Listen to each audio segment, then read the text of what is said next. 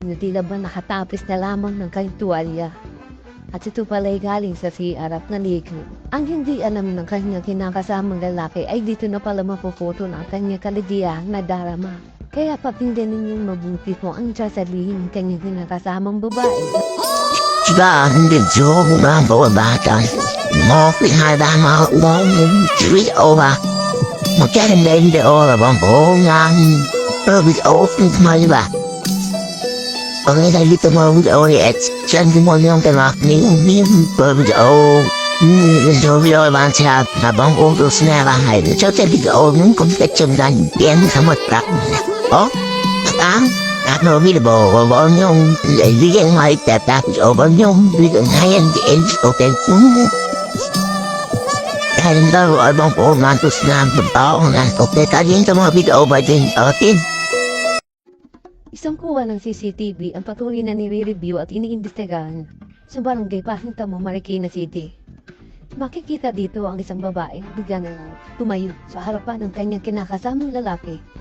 At ito'y nitantang ng kanyang pakibaba. Makikita rin dito na tuningin ang bahagya ang kanyang kinakasamang lalaki na tila ba normal lamang ang ginagawa ng kanyang kalibing partner sa kanya sa mga oras na iyon. Maya-maya pa'y bigla na lamang umupo ang kanyang kalibing partner ng babae at siya'y hinubaran ng kanyang pagkitaas na damit.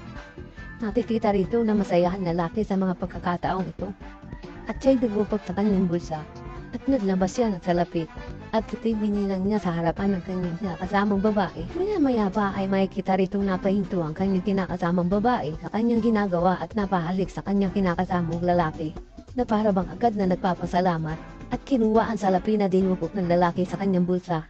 Kita rin dito na tila ba nagmamahalan ang dalawa. Makikita rin sa kuha ng CCTV na ang pagpapatuloy ng babae sa kanyang ginagawang pagpapaligaya sa kanyang partner na lalaki. Maya-maya pa ay makikita sa CCTV na may inilabas ang babae mula sa loob ng kumot. Mapapansin dito na ang hinugi pala ng babae ang short ng lalaki. At lumipas lamang ang ilang sandali ay makikita rito ang pagbalik ng kaming babae upang tanggalin naman ang pangibaba na brick. Tutay ng kinakasamang lalaki. Mapapansin dito na napakasaya nilang dalawa sa mga oras na ito.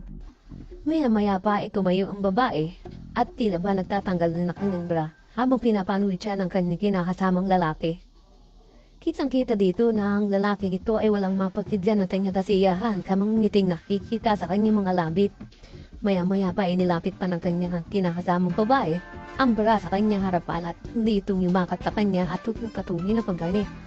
Mapapansin din dito na tumayang ng bahagya ang babae at umalis sa kanyang kinaroroonan.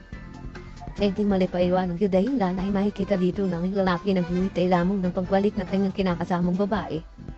At bigla na lamang itong dumating. Hindi naman nakatapos na lamang ng kanyang tuwalya. At ito pala'y galing sa CR at naligo. Ang hindi alam ng kanyang kinakasamang lalaki ay dito na pala mapuputol ang kanyang kaligayahang nadarama. Kaya pakinggan ninyong mabuti kung ano sasabihin ng kanyang kinakasamang babae sa Mga oras na iyon.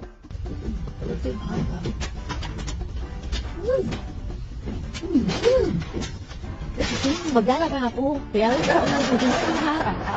magdalaga ako. Kaya mo, ay nabahan o.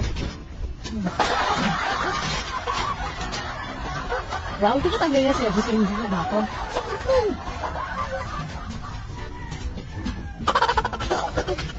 Ang kinakala niyang kaligayahan ay nauwi sa isang labahan. Kitang-kita dito ang pagkaamot sa kanyang pulo at tila ba nangihinayang?